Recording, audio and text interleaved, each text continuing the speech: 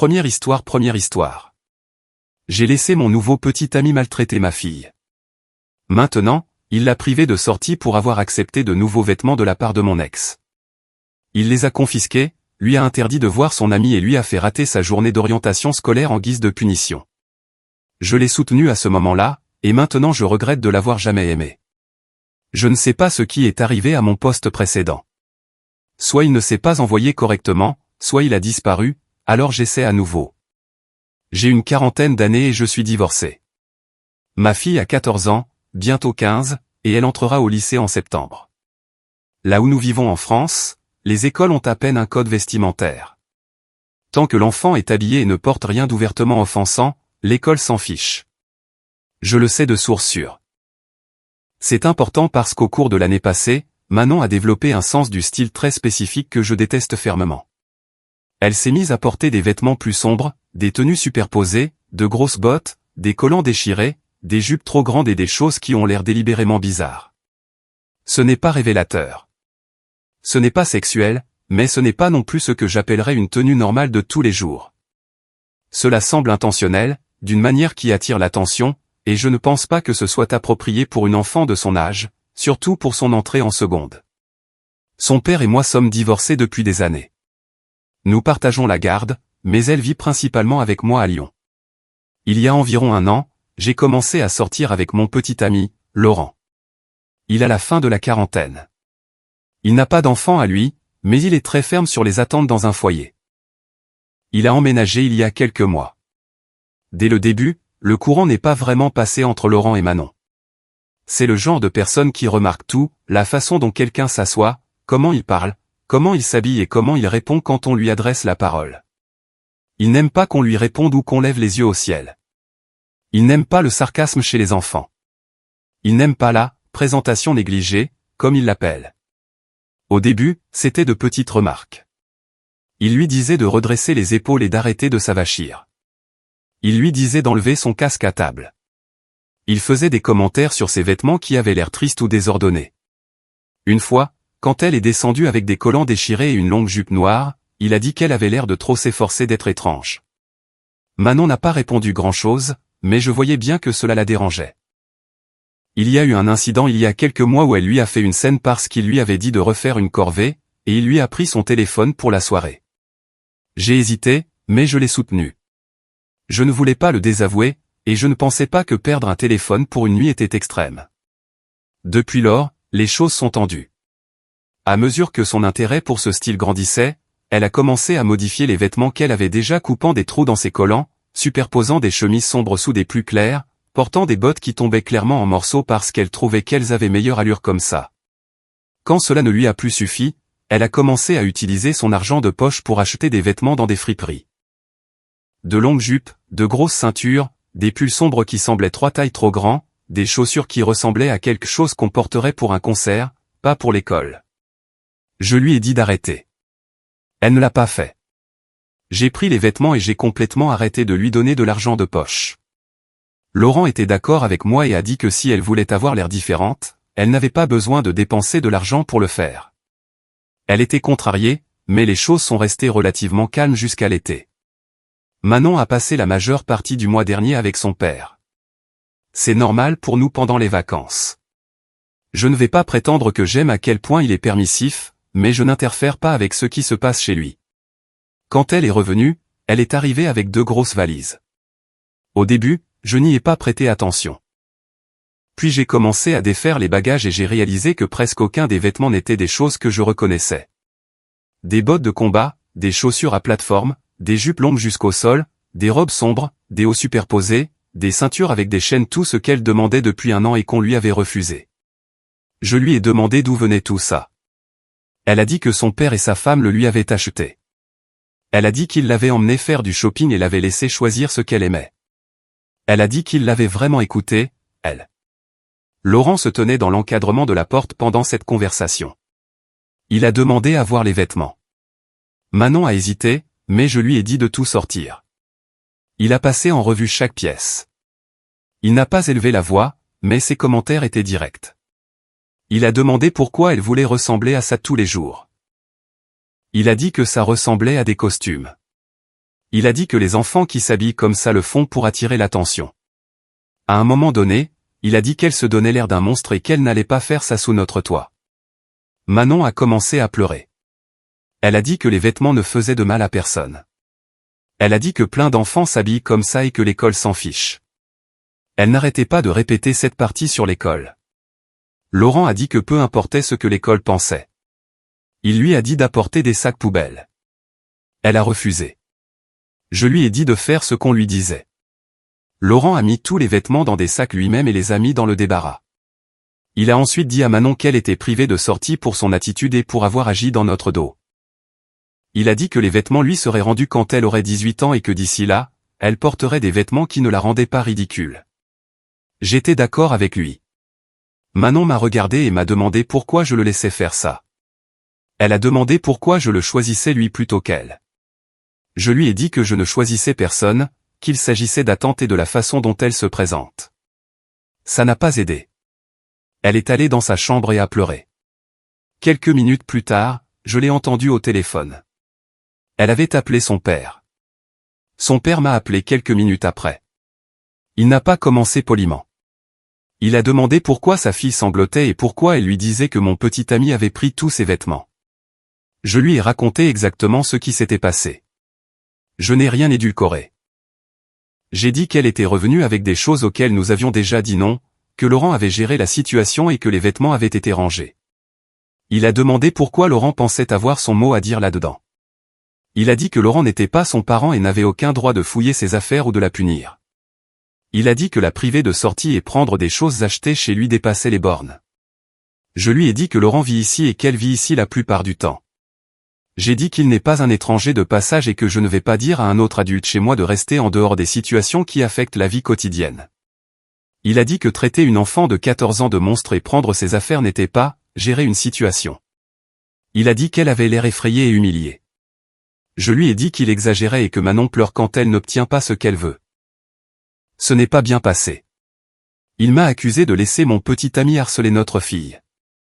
Il a évoqué des commentaires passés que Laurent avait fait des choses qu'elle lui avait apparemment dites auparavant et dont je ne savais pas qu'elle lui avait parlé.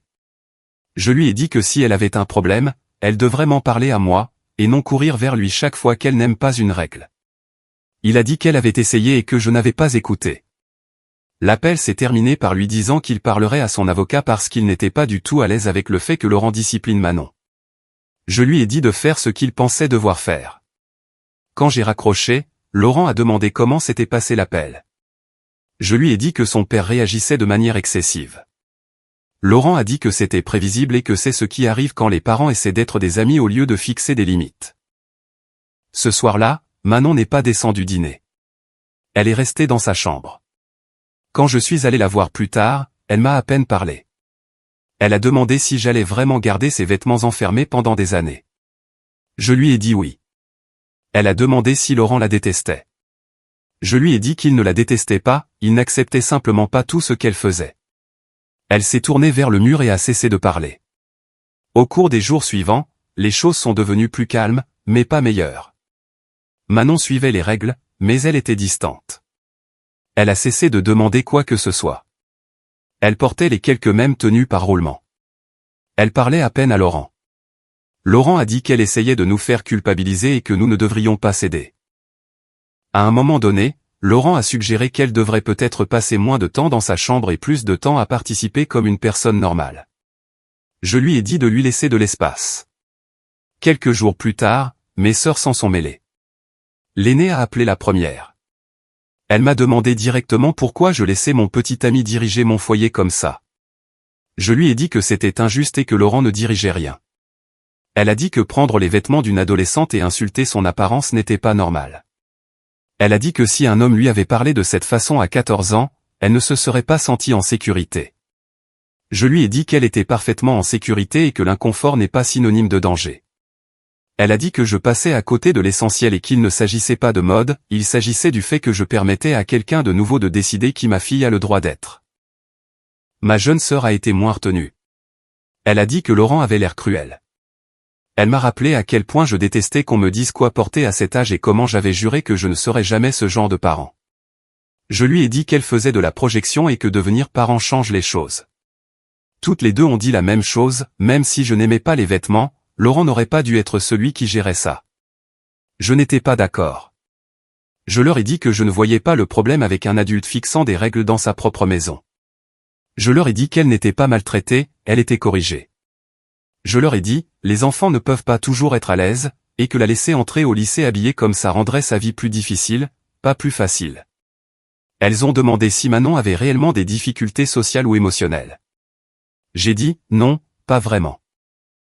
Elle est calme, reste dans son coin et a un petit groupe d'amis. Elles ont dit que cela rendait la situation pire, pas meilleure. J'ai terminé les 2 appels frustrés. Depuis lors, son père a envoyé des messages demandant quand ses vêtements seraient rendus. Je les ai ignorés. Manon n'a pas remis le sujet sur le tapis, mais elle est clairement repliée sur elle-même. Elle passe plus de temps chez son père maintenant quand elle le peut. Laurent dit que c'est de la manipulation et qu'elle essaie de créer une division. Je ne le vois pas comme ça, je vois une adolescente qui repousse les limites et qui est mécontente qu'elles existent. Je veux être clair sur quelques points parce que je sais comment se passent ces postes. Nous n'avons pas jeté les vêtements. Ils sont stockés en sécurité. Manon n'est pas isolée ou punie constamment. Elle voit toujours ses amis. Elle a toujours son téléphone maintenant. Ce n'est pas un conflit quotidien permanent. C'était un incident que les gens montent en épingle. En même temps, je ne regrette pas d'avoir soutenu Laurent. Je ne pense pas que cela aurait aidé Manon de le désavouer à ce moment-là. Je ne pense pas non plus que la laisser s'habiller comme ça tous les jours l'aiderait. Je pense que les adultes doivent parfois prendre des décisions que les enfants n'aiment pas, mais je ne peux pas ignorer que presque tout le monde autour de moi pense que j'ai mal géré la situation. Mes sœurs pensent que j'ai choisi mon petit ami plutôt que ma fille. Son père pense que je laisse quelqu'un dépasser les bornes. Manon me parle à peine, sauf si elle y est obligée. Je demande donc ici parce que je veux des avis extérieurs, même si je ne suis pas d'accord avec eux. Ai-je eu tort de soutenir mon petit ami quand il a confisqué les vêtements de ma fille et l'a puni? Ai-je eu tort de prioriser la façon dont elle se présente sur ce qu'elle ressent à ce sujet? Commentaire 1, je penche pour TTB, tu es le trou de balle, mais c'est plutôt comme si tout le monde merdait sauf la gamine. Ton ex craint un peu d'avoir acheté toute une garde-robe de remplacement sans au moins te prévenir. Cela dit, il est toujours son parent et ce n'est pas bizarre qu'il lui achète des vêtements qu'elle aime. Les parents font ça. Mais toi et Laurent, Seigneur, la fouille de la valise est invasive. Le commentaire, monstre, est cruel. La privation de sortie est excessive. Et la phrase, je les rendrai à 18 ans, est le genre de choses que les types disent quand ils veulent se sentir puissants dans une maison qui n'est pas vraiment la leur. Désolé, mais c'est comme ça que ça se lit. Pas un moment d'éducation parentale, mais un moment de territoire. Et toi, tu laisses faire parce que c'est pratique. Tu peux être le parent raisonnable pendant qu'il fait le sale boulot. Ensuite, tu te caches derrière, je l'ai soutenu parce que je ne peux pas le désavouer. Pourquoi pas? Il n'est pas son parent. Ce n'est pas ton travail de protéger son ego au prix de la dignité de ton enfant. De plus, tu continues de dire que ce look rendra le lycée plus difficile. Peut-être. Ou peut-être qu'elle trouvera son groupe et se sentira confiante pour la première fois. Les enfants alternatifs existent partout, même en France. La différence est de savoir s'ils ont une base familiale qui les soutient. Pour l'instant, elle n'en a pas. Elle a une mère inquiète de faire mauvaise impression et un petit ami qui la flique comme si elle était une colocataire bordélique. Voici le résultat prévisible, si vous continuez comme ça, elle fera exactement ce qu'elle fait maintenant. Se détacher. Arrêtez de partager. Arrêtez de demander. Passez plus de temps chez papa. Et au moment où elle aura 18 ans, elle ne prendra pas juste les vêtements. Elle prendra ses distances. Si tu veux sauver la situation, le premier geste est simple, rends-lui ses vêtements et fixe quelques limites pratiques météo, activités scolaires, sécurité. Deuxième geste, Laurent recule et arrête de commenter son apparence. Troisième geste, tu admets que tu as mal géré la situation et que tu as choisi la paix avec Laurent plutôt que d'entendre vraiment ta fille. En ce moment, tu lui apprends que l'amour dans votre maison est conditionnel à une apparence acceptable. Cette leçon dure bien plus longtemps qu'une jupe. Commentaire 2, TTB. Tu traites ta fille comme si elle était une extension de toi au lieu d'une personne qui existe séparément de ton image. Elle est assez âgée pour décider comment elle s'habille. Surtout que ce n'est pas vulgaire, pas dangereux et pas contre les règles de l'école. Ce à quoi tu t'opposes réellement, c'est que ces choix te mettent mal à l'aise. C'est ton problème à régler, pas le sien. Et laisser ton petit ami imposer cet inconfort à ta place, c'est la partie qui va hanter cette situation. Tu n'as pas juste dit non. Tu as externalisé le rejet. Tu as permis à quelqu'un d'autre de lui dire que qui elle est n'est pas acceptable. Tu devrais peut-être réfléchir à pourquoi tu as tellement besoin qu'elle ait l'air normale.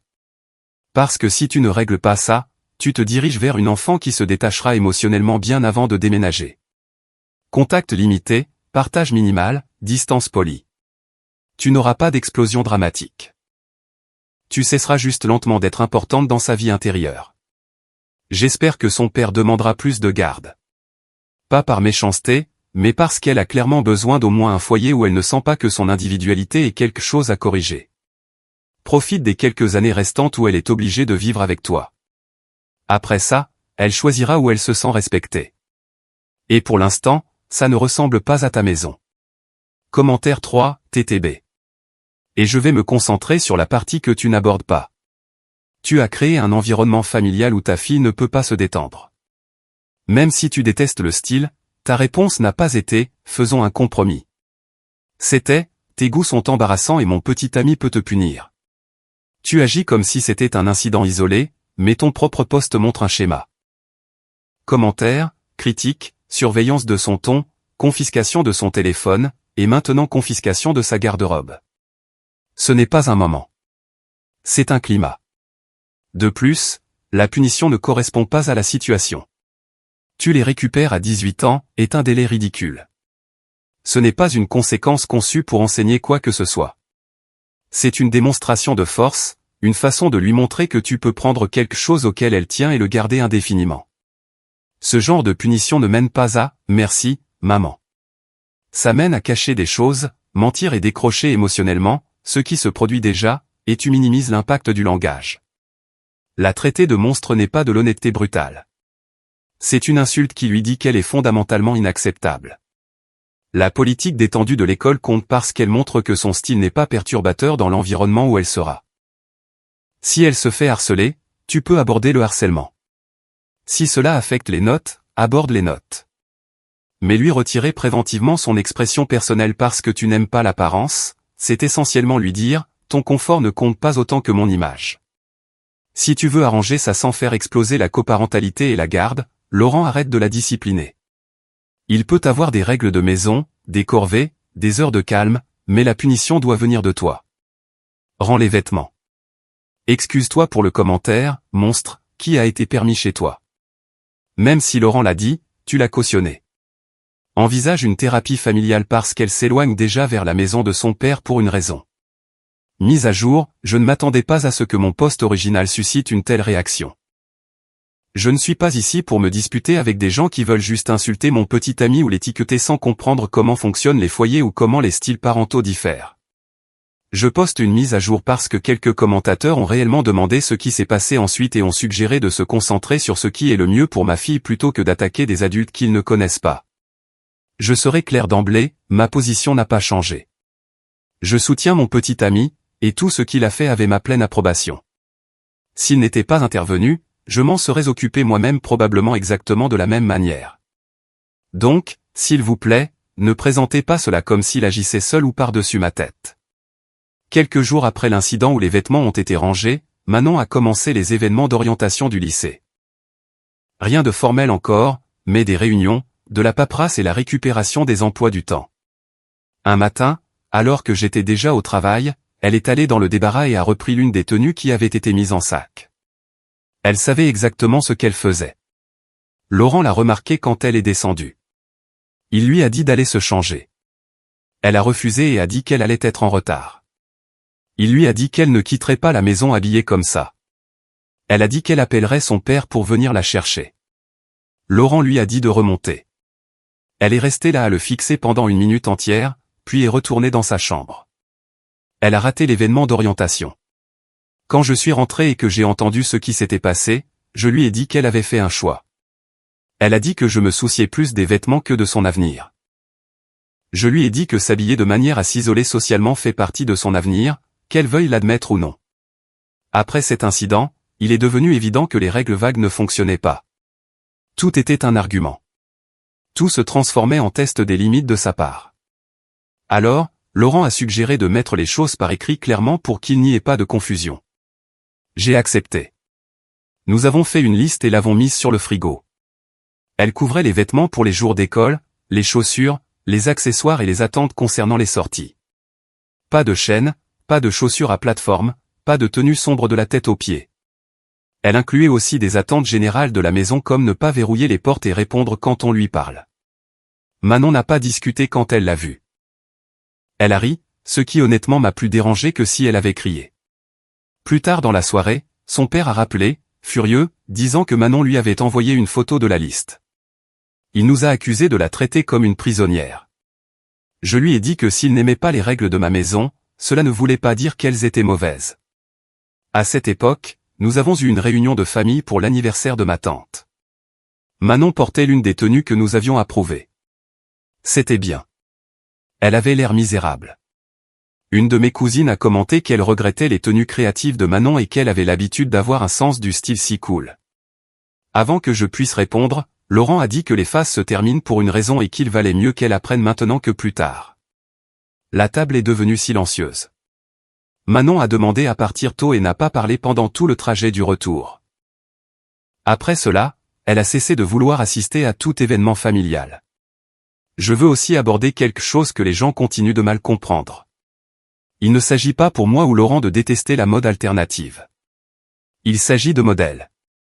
Les amis de Manon s'habillent de la même manière qu'elle le souhaite. Ils l'encouragent. Ils le valident. Ils passent des heures en ligne à consommer du contenu qui pousse certaines identités et esthétiques qui, à mon avis, ne sont pas inoffensives à long terme. Je ne dis pas que cela mène à quelque chose d'extrême du jour au lendemain, mais c'est un canal d'influence.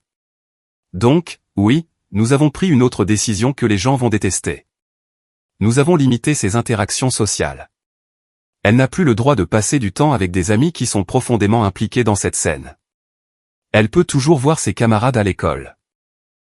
Elle peut toujours parler aux gens en ligne sous surveillance, mais elle ne sort plus avec ce groupe. De notre point de vue, il renforçait un comportement que nous essayons activement de corriger. Les gens continuent d'utiliser des mots comme manipulation, comme si les adolescents n'étaient pas constamment influencés par leur père. Nous n'interdisons pas des amis au hasard. Nous supprimons l'accès à des influences qui la poussent vers un mode de vie avec lequel nous ne sommes pas d'accord et qui, selon nous, pourrait nuire à sa stabilité émotionnelle à long terme. À peu près au même moment, ces notes des premières semaines sont arrivées. Elles n'étaient pas désastreuses, mais elles étaient plus basses que prévu. Devoir manquant, manque de participation. Laurent a souligné que cela avait commencé après l'escalade du problème des vêtements. Je suis d'accord. Quand les enfants font une fixation sur l'identité et l'apparence, d'autres choses dérapent. Alors, nous avons resserré les vis davantage. Moins de temps d'écran, plus de surveillance, moins de distraction. Un autre problème est survenu quand j'ai découvert que Manon enregistrait des conversations sur son téléphone. Je l'ai découvert parce qu'elle avait accidentellement laissé une application d'enregistrement ouverte. Une fois confrontée, elle a dit qu'elle voulait des preuves de la façon dont elle était traitée. Cela a franchi une ligne sérieuse pour moi. La confiance va dans les deux sens. Laurent lui a dit qu'enregistrer les gens sans leur consentement était inacceptable. Elle a dit qu'elle avait besoin de se protéger. Je lui ai dit qu'elle créait des problèmes au lieu de les résoudre. Nous avons pris son téléphone pendant une période après cela. À ce stade, les vêtements eux-mêmes étaient devenus une fixation pour elle. Elle rôdait près du débarras. Elle demandait quand elle les récupérerait. Elle disait des choses comme « Vous gardez des parties de moi enfermées ». Ce langage ne venait pas de nulle part. Cela semblait répété. Laurent a suggéré d'installer un verrou pour qu'il n'y ait plus de tentation ou de drame. J'ai accepté. Les vêtements sont toujours là, intacts, mais maintenant la porte reste verrouillée. Son père a, comme prévu, escaladé la situation à nouveau. Il parle d'ajuster la garde. Je vois cela comme lui sapant notre foyer parce qu'il ne veut pas gérer les normes parentales chez lui. Manon a commencé à passer plus de temps là-bas quand c'est possible. Et je ne suis pas aveugle sur ce que cela signifie. Mais je ne vais pas assouplir les règles juste pour rivaliser d'affection. Je veux être très clair sur une chose parce que les gens adorent déformer cela. Ma fille est nourrie, habillée, logée, éduquée et en sécurité. On ne lui crie pas dessus et on ne la menace pas. On lui dit non. Elle est guidée loin des influences que nous ne croyons pas bonnes pour elle. Je ne demande pas à Reddit de juger la personnalité de mon petit ami ou de l'insulter. Je demande des conseils spécifiquement sur la façon d'aider ma fille à se désengager d'un style et d'un groupe social qui, selon nous, l'affecte négativement sans détruire complètement notre relation dans le processus. Y a-t-il un moyen de rediriger ses intérêts sans céder et permettre quelque chose avec lequel nous ne sommes fondamentalement pas d'accord? Comment l'empêcher d'être entraîné plus profondément dans quelque chose qui pourrait lui nuire à long terme? S'il vous plaît, concentrez-vous là-dessus au lieu d'attaquer des gens que vous ne connaissez pas. Je crois toujours que nous faisons la bonne chose, mais je suis prête à entendre des conseils sur la façon d'avancer sans conflit constant. Commentaire 1. Exposons ce que tu as admis. Ton petit ami pas époux, pas parent adoptif a empêché ton enfant de quitter la maison, lui a fait rater un événement scolaire, a écrit une liste de règles fliquant ses vêtements et son comportement, et l'a humilié publiquement lors d'une réunion de famille. Et ensuite, tu as escaladé en l'isolant de ses amis parce que tu as décidé que leur esthétique est un canal. Ensuite, tu l'as trouvée en train d'enregistrer parce qu'elle veut des preuves, et ta réponse n'a pas été « Pourquoi mon enfant sent-elle qu'elle a besoin de preuves ?» C'était une punition. Et maintenant, tu as enfermé ses biens derrière un vrai verrou, comme si tu stockais de la contrebande.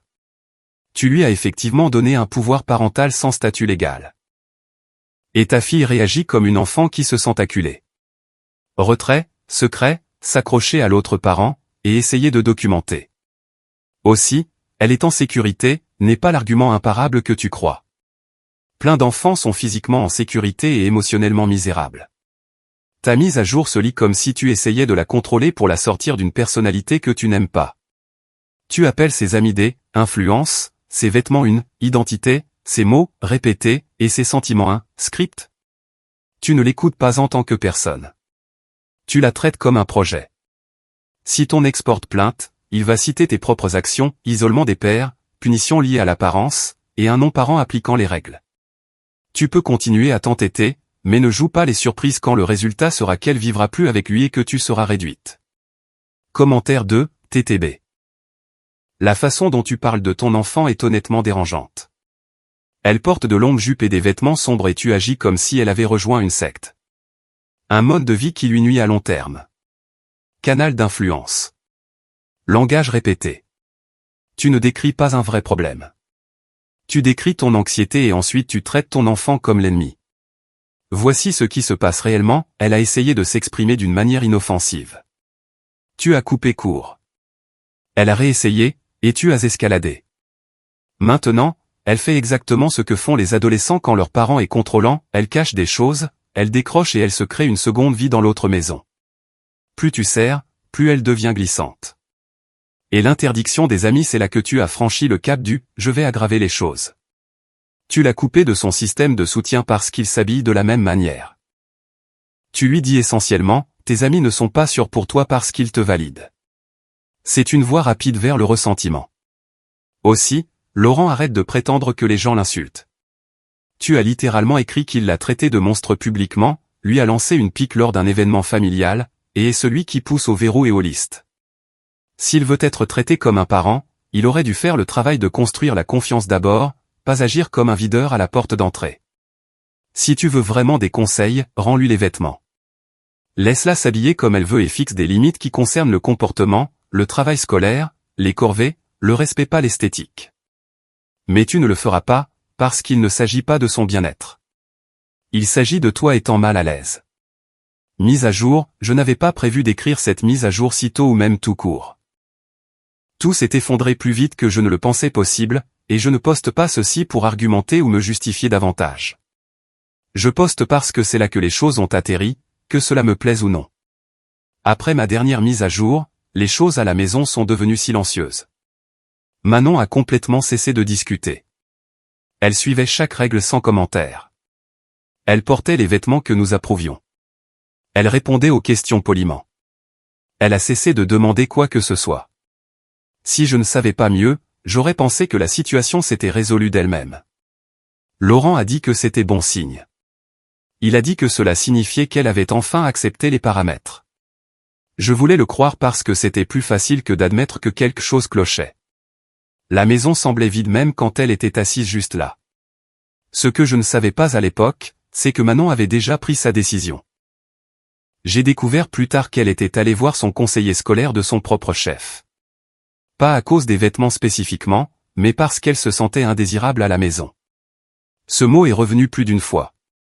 Elle leur a parlé des règles, des restrictions, de l'isolement des amis, du débarras verrouillé et du fait que Laurent gérait la discipline plus que moi. Elle leur a aussi montré des enregistrements qu'elle avait faits. Pas des extraits dramatiques, juste des conversations quotidiennes qui montraient comment les choses fonctionnaient dans notre maison. L'école ne m'a pas appelé immédiatement. Ils ont contacté son père. En quelques jours, j'ai reçu les papiers. Son père a déposé une demande d'ajustement de garde d'urgence auprès du juge aux affaires familiales. Il a cité des préjudices émotionnels, un manque d'autonomie et une implication inappropriée d'un adulte non parent. J'ai été stupéfaite par la rapidité avec laquelle cela a bougé. Je supposais que ce genre de choses prenait des mois. Ce n'était pas le cas. Pendant ce temps, j'ai aussi découvert autre chose que je n'avais pas vu venir. J'étais sorti faire des courses quand j'ai vu Laurent assis à l'extérieur d'un café avec une autre femme. Pas une collègue, pas une amie. Ils étaient proches, familiers. Sa main était sur son genou. Je suis resté là plus longtemps que je n'aurais dû, attendant qu'une explication raisonnable apparaisse. Ce n'est pas arrivé. J'ai demandé qui elle était. Il m'a dit que ce n'était pas ce que ça semblait être, puis s'est irrité quand je n'ai pas laissé tomber. La conversation a escaladé rapidement. Il m'a accusé d'être stressé et paranoïaque. Je l'ai accusé de mentir. Il a dit que j'avais changé depuis tout ce drame avec ma gamine. C'est à ce moment-là que j'ai compris que j'avais été pratique, pas valorisé. Les gens nous regardaient. Quelqu'un nous a dit de circuler. Je suis parti en tremblant et j'ai conduit chez moi en pilote automatique. Le temps que j'arrive, Manon faisait déjà ses valises. Son père était venu la chercher plus tôt après que l'école l'ait contacté à nouveau. Je n'ai même pas eu un vrai au revoir. Sa chambre semblait intacte sauf pour ce qu'elle avait pris. Le reste est resté derrière comme si elle avait déjà décidé qu'elle n'en avait plus besoin. L'audience au tribunal a eu lieu une semaine plus tard. Je n'ai pas perdu mes droits parentaux, mais j'ai perdu la garde principale.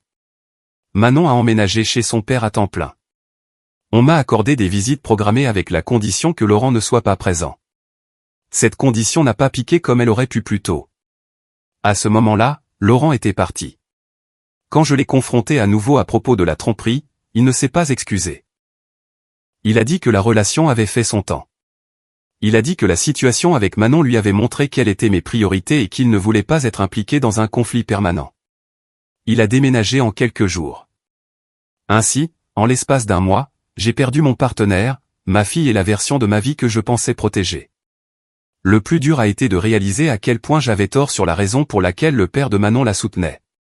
Pendant longtemps, je me suis dit qu'il n'encourageait son style que parce que sa nouvelle compagne s'habille de la même manière. J'ai cadré ça comme de l'influence, comme de l'indulgence, comme lui étant passif. Cette explication rendait plus facile de rejeter ses inquiétudes. Cela me permettait de croire que j'étais la seule à penser à long terme. Ce n'était pas vrai. Manon a choisi son style toute seule. Elle n'a pas été piégée. Elle ne copiait pas l'identité de quelqu'un d'autre. Elle expérimentait, apprenait ce qui lui correspondait. Et j'ai traité ce processus comme une menace au lieu d'une croissance. Son père ne l'a pas permis par paresse. Il l'a respecté. Je me suis excusé auprès de lui après la décision du tribunal. Il a accepté poliment et est resté bref. Il n'a pas jubilé. Il ne m'a pas réprimandé. Cela a presque rendu les choses pires. Je me suis aussi excusé auprès de Manon. Je n'ai pas essayé de me justifier. Je n'ai pas évoqué mes intentions. Je lui ai dit que j'avais eu tort de lui faire sentir qu'elle n'était pas désirée. Je lui ai dit que j'aurais dû la protéger au lieu de la fliquer. Elle a écouté. Elle a dit « merci ». C'était tout. Pas de câlin, pas de réconfort. Ma famille élargie n'a pas été d'une grande aide. Certains ont pris contact une fois, puis ont arrêté. D'autres n'ont pas commenté du tout. Je pense que tout le monde attend de voir quel genre de personne je vais devenir ensuite avant de décider de rester impliqué. La maison semble creuse maintenant. Pas dramatique, juste vide. Il n'y a pas de chaleur dedans. J'ai repassé tout ça dans ma tête plus de fois que je ne peux compter. Je vois maintenant à quel point je me suis remise à Laurent parce qu'il semblait confiant. Parce qu'il parlait en absolu quand j'étais incertaine. Je lui ai donné de l'influence sur mon enfant parce que cela semblait plus facile que de lui faire confiance à elle. C'est ma faute. Je ne sais pas à quoi ressemblera ma relation avec Manon à l'avenir. Je ne m'attends pas au pardon de sitôt, peut-être jamais. J'ai accepté que certaines conséquences ne viennent pas avec une conclusion. Tout ce que je peux faire maintenant, c'est arrêter de blâmer tout le monde, arrêter de prétendre que mes choix étaient inoffensifs, et comprendre comment être quelqu'un qui ne les répète pas. Je ne demande plus de jugement. Je sais déjà où cela tombe. J'avais juste besoin de dire ça à voix haute. Commentaire 1, je ne vais pas te réconforter parce que tu ne mérites pas de réconfort ici. Tu n'as rien réalisé jusqu'à ce que tu aies tout perdu. Quand ta fille était misérable, tu as persisté. Quand elle s'est retirée, tu as appelé ça une amélioration. Quand elle a enregistré parce qu'elle se sentait en danger, tu l'as punie. Quand les gens t'ont prévenu, tu les as rejetés comme biaisés. Tu n'as craqué qu'une fois que les conséquences t'ont frappé personnellement. Tu as permis la maltraitance émotionnelle dans ta maison parce qu'elle s'alignait avec tes croyances. Point final. Laurent ne s'est pas soudainement transformé en ordure quand il a trompé. C'était une ordure quand il a traité ton enfant de monstre, quand il l'a empêché de partir, et quand il a contrôlé son corps et sa vie sociale. Tu ne t'en souciais juste pas à l'époque parce que ce n'était pas dirigé contre toi. Et ne prétends pas que tu ne l'as pas vu. Tu l'as vu et approuvé. Tu aimais avoir quelqu'un pour imposer ton inconfort pour que tu n'aies pas à te sentir comme la méchante. Maintenant qu'il est parti, tu réécris l'histoire en mode « j'ai été trompé ». Non, vous étiez alignés. Ta famille élargie qui s'éloigne n'est pas mystérieuse non plus. Les gens prennent leur distance quand ils réalisent que quelqu'un sacrifiera le bien-être d'un enfant pour gagner un argument. Ils ne veulent pas être les prochains. Tu ne gagnes pas de points pour t'excuser après que les dégâts sont faits. Tu n'obtiens pas de rédemption parce que la maison semble vide maintenant. Ce vide est le coût de tes choix. Vis avec. Commentaire 2, ce qui ressort, ce n'est pas que tu es blessé. C'est que tu cadres toujours tout comme quelque chose qui t'est arrivé. Tu n'as pas perdu ta fille comme si une tempête l'avait emportée. Tu l'as poussée dehors en choisissant à plusieurs reprises le contrôle plutôt que l'attention. Tu n'as pas permis l'influence de Laurent, par accident. Tu as activement cautionné son comportement. Laurent l'a défendu publiquement et a puni ton enfant pour avoir résisté. Tu as rejeté chaque opportunité d'arrêter tant qu'il était encore temps. Et même maintenant, remarque ce que tu regrettes, perdre ta fille, perdre ton partenaire, perdre la chaleur de ta famille. Pas le mal lui-même, la perte. C'est révélateur. Laurent était affreux dès le début. Des inconnus sur Internet l'ont vu immédiatement. Ta famille l'a vu. Ta fille l'a ressenti dans son corps. Tu as ignoré tout ça parce que sa vision du monde correspondait à la tienne. Il validait ta peur de la différence, alors tu as négligé sa cruauté. Tu dis que tu vas t'améliorer. C'est facile à dire quand il n'y a plus rien à défendre. Le vrai test est de savoir si tu peux accepter que tu n'as pas seulement eu tort, mais que tu as été dangereuse pour la sécurité émotionnelle de ton enfant. Tant que tu n'assumeras pas pleinement cela sans qualificatif sans « mais je voulais bien faire », tu n'as pas changé. Tu fais juste le deuil des retombées. Ta fille est partie parce qu'elle devait se protéger. Souviens-toi de ça quand tu seras tenté de centrer ta douleur à nouveau. Deuxième histoire, ma patronne a perdu ses parents et veut maintenant que je l'adopte et l'emmène à mes réunions de famille. Je peux dire non, mais elle est mesquine et peut facilement ruiner mon travail. Ma directrice, Sylvie, est une directrice d'environ 5 ans plus jeune que moi. J'ai 63 ans, je suis aussi une femme. Elle est chez notre employeur depuis plus de 20 ans, est extrêmement douée dans ce qu'elle fait, est farouchement loyale envers son personnel, et possède une richesse de connaissances et de perspicacité sur notre unité de travail spécifique et sur le gouvernement en général. Elle est aussi émotionnellement juvénile, totalement centrée sur elle-même, extrêmement nécessiteuse, et n'a jamais eu aucune sorte de relation romantique dans sa vie. Et ses parents complètement parfaits lui ont donné une enfance complètement parfaite qui l'a laissé incapable de faire confiance à un homme en dehors de sa propre famille. Je ne suis pas une experte, mais je parierais qu'un bon psychiatre pourrait probablement tirer au moins 2 ou 3 tests de matériel sur elle. Non pas qu'elle en consulterait jamais un puisqu'elle est complètement parfaite. Au moment où j'ai été embauché, Sylvie traversait des moments difficiles. Elle avait passé toute sa vie d'adulte à vivre à la maison pour s'occuper de ses parents âgés, qui étaient tous deux en santé fragile et proches de la fin de leur vie. Elle était donc soumise à un stress énorme. J'avais perdu mes parents quelques années auparavant, et j'ai tendance à être du genre empathique et maternel. Je n'avais pas non plus réalisé à ce moment-là à quel point Sylvie était perturbée émotionnellement. J'ai commis l'énorme erreur d'essayer de la soutenir alors qu'elle s'occupait de ses parents durant leur dernière maladie. Je l'ai encouragée à discuter de livres et de théâtre, je l'ai invitée à se joindre à mon époux, lui, et moi pour quelques concerts, et je l'ai même invitée à un repas de Noël en famille l'année où son deuxième parent est décédé. Comprenez bien, elle a de la famille à proximité. Elle a un frère qu'elle tolère à peine et une sœur qu'elle adore. La sœur et son mari étaient hors de la ville cette année-là pour Noël et elle ne voulait pas aller à la célébration de son frère. Alors elle a fait des allusions jusqu'à ce que je finisse par craquer. Cela a donné une réunion assez gênante car notre famille est assez grivoise et chahuteuse alors qu'elle est considérablement plus circonspecte. Et elle n'a pas caché le fait que nos vacances typiques n'étaient pas ce à quoi elle était habituée. Mais elle a continué à faire des allusions pour d'autres invitations par la suite de toute façon. J'ai travaillé très dur depuis lors pour ignorer les allusions, qui plusieurs années plus tard sont toujours lâchées de manière quasi constante. Je n'ai plus lancé d'invitation aux célébrations familiales et j'ai travaillé avec d'autres membres de la famille pour transférer les devoirs d'accueil ailleurs parce que si je ne reçois pas, alors je ne suis pas en charge de la liste des invités. J'ai limité les contacts hors bureau à un concert une fois par an et quelques dîners. Mon époux pense que même cela est trop, et je ne suis pas en désaccord. Cependant, étant donné que Sylvie est ma patronne, je ne sais pas non plus comment l'exclure complètement sans répercussion. Il y a quelques semaines, elle est venue à mon box en larmes avec la nouvelle que sa sœur adorée déménage, égoïstement, à l'autre bout de la France pour vivre plus près de ses enfants. Elle a sangloté qu'elle était abandonnée et que je devais l'adopter parce qu'elle n'aurait plus de famille qu'elle aime dans la région.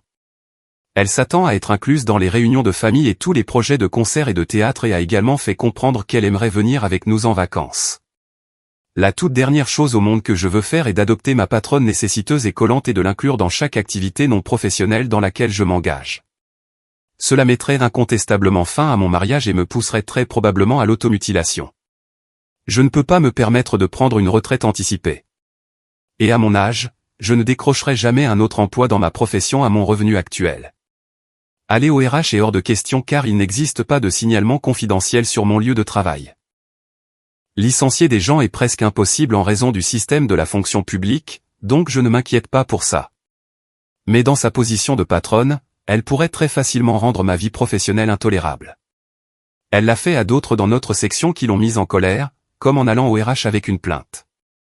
Avez-vous des suggestions sur la façon dont je peux établir des limites appropriées à ce stade du jeu? Ou suis-je juste coincé à fournir un soutien émotionnel à cette femme jusqu'à ce que l'une ou l'autre de nous prenne sa retraite ou meure? Mise à jour, Chloé, merci infiniment d'avoir répondu à ma lettre. Et un grand merci aussi à tous les lecteurs qui ont partagé leurs idées. Vos observations et celles des commentateurs ont été immensément utiles. Et bien que Sylvie soit toujours Sylvie, j'ai l'impression d'avoir gagné une mesure de contrôle dans la gestion de la situation. En lisant et relisant les réponses à ma lettre, je réalise qu'une grande partie du problème pour moi a été que, bien que Sylvie soit très claire sur ce qu'elle veut, elle le fait avec des tactiques de manipulation passive-agressive plutôt qu'en demandant purement et simplement les choses. Et parce que j'avais un parent qui faisait la même chose et à cause de qui j'ai passé un certain nombre d'années en thérapie, je suis plutôt plus sensible à cette approche que je ne le voudrais. Vos commentaires et ceux de vos lecteurs ont été incroyablement utiles pour m'aider à réaliser à quel point j'avais été ramené profondément dans le même genre de relation malsaine qui m'avait causé tant d'angoisse quand j'étais jeune. La première chose que j'ai faite a été de m'asseoir avec mon mari et de tout lui expliquer. Je voulais qu'il sache que j'allais commencer à fixer des limites avec Sylvie, et qu'une partie de la fixation des limites impliquerait de lui attribuer le rôle d'un romantique désespéré qui insiste pour passer beaucoup de temps rien qu'en couple. Une fois que nous avons tous les deux arrêté de hurler de rire, ce qui a pris un moment parce que Michel est à peu près aussi romantique qu'une boîte de marteaux, il a volontiers accepté de prendre le blâme pour moi. C'est un type bien. Alors, quand j'ai posé ma demande de vacances pour cet été, et que Sylvie a demandé d'un air malicieux, « Et où allons-nous cette année ?» j'ai ri tristement et dit, Michel est un tel romantique qu'il insiste pour que nous prenions une mini-lune de miel ensemble chaque année, et il ne veut pas que quiconque sache où nous allons, même nos enfants. Elle a insisté un peu, allant même jusqu'à dire qu'elle pourrait facilement prendre la même semaine de congé. Mais j'ai essentiellement adopté l'approche que vous avez suggérée, traitant cela comme une blague, ce qui a assez bien fonctionné. Ensuite, bien sûr, la pandémie est arrivée et nous avons dû annuler nos plans. Mais si cela a fonctionné une fois, cela fonctionnera à nouveau. Quand j'ai commencé à planifier l'achat de billets pour une série de concerts d'automne auxquels Michel et moi assistons toujours avec des amis, une série que Sylvie aime aussi et à laquelle elle assistait avec sa sœur qui a déménagé dans le sud, j'ai proposé de l'inclure pour la seule représentation à laquelle nous emmenons un grand groupe. Elle a immédiatement répondu, oui, j'irai avec vous pour celle-là et ensuite vous pourrez venir avec moi pour toutes les autres. Ce à quoi j'ai répondu, oh, le reste de la série, ce sont des rendez-vous galants pour Michel et moi. Quel vieux romantique il est, voulant toujours sortir en rendez-vous avec sa femme. Elle a insisté un peu, mais tout rejeter sur quelqu'un d'autre, et surtout sur quelqu'un qui est un homme, a été assez efficace. Elle suppose déjà à peu près que tous les hommes sont des scélérats dont le seul but est de la contrarier et de la frustrer. Quoi qu'il en soit, la redirection et la diversion ont également été des outils utiles. Il y a quelques mois, Sylvie s'est arrêtée à mon bureau un après-midi et s'est plainte, mon stupide frère veut que je donne la bague de ma mère à sa belle-fille odieuse lors de leur dîner de Pâques. Elle est tellement avide qu'elle va probablement aller la mettre au clou. Je ne veux vraiment pas aller chez eux pour Pâques. J'aimerais vraiment avoir un autre endroit où aller pour les vacances. Ce serait tellement bien si seulement quelqu'un d'autre m'invitait à son dîner de Pâques. J'ai juste répondu, tu as entendu que Thierry au service juridique a renvoyé ses modifications sur ce document de politique que nous avons rédigé sur l'élevage de lamas? Il a complètement changé le sens de la section du milieu et sera en violation de l'ordonnance sur la gestion des lamas si le guide est publié de cette façon. Cela a produit une réponse très prévisible, qui a réussi à garder le sujet du dîner de Pâques hors de la conversation pour le reste de la journée. Cela demande un peu de planification pour garder une distraction comme ça prête dans ma poche arrière, pour ainsi dire. Mais il y a toujours une nouvelle crise ou controverse qui se profile dans notre organisation, donc ce n'est pas si difficile à trouver. Et cela a valu la peine en termes de déviation des tentatives de Sylvie de me manipuler pour m'inclure dans ma vie personnelle. La pandémie a honnêtement aidé la situation aussi étrange que cela puisse paraître. Aussi stressante, horrifiante et tragique que soit la pandémie, l'exigence de distanciation sociale a été une bénédiction pour m'aider à établir et maintenir un degré plus sain de distance émotionnelle. Par exemple, il est essentiellement impossible sur notre lieu de travail d'échapper à Sylvie.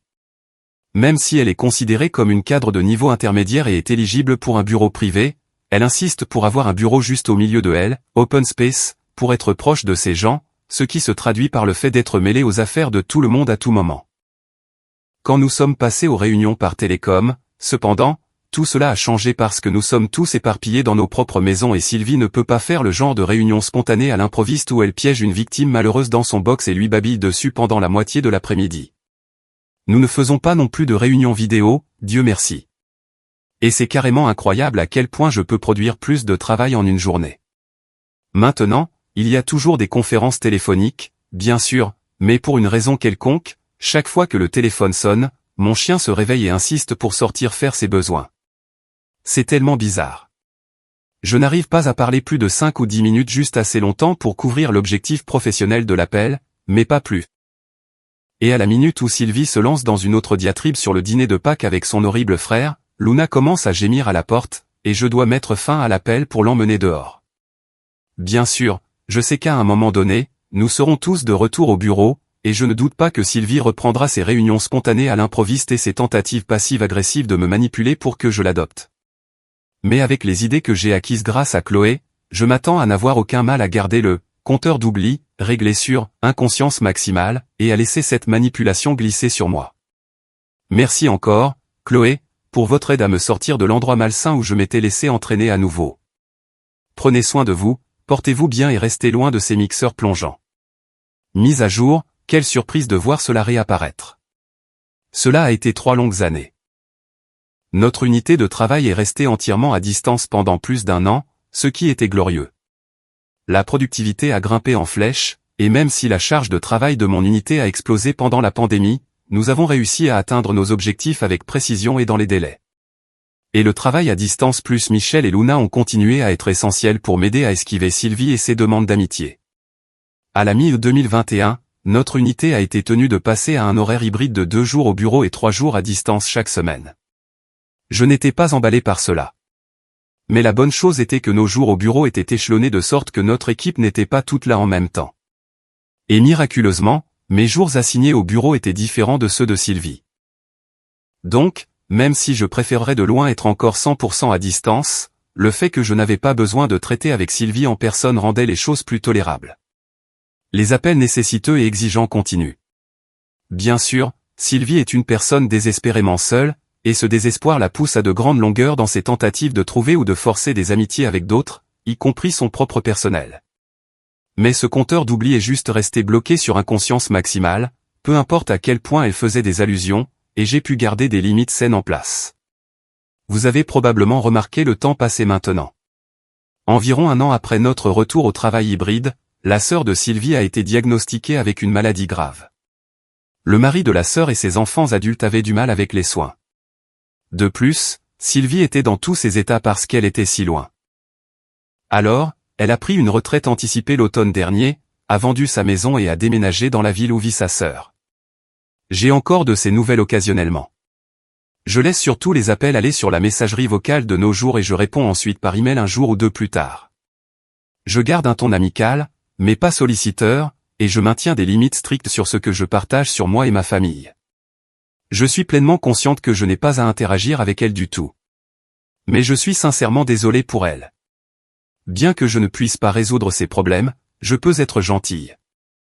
Et finalement, je pense que le monde serait un meilleur endroit si plus d'entre nous apportaient de la gentillesse à nos interactions avec les autres.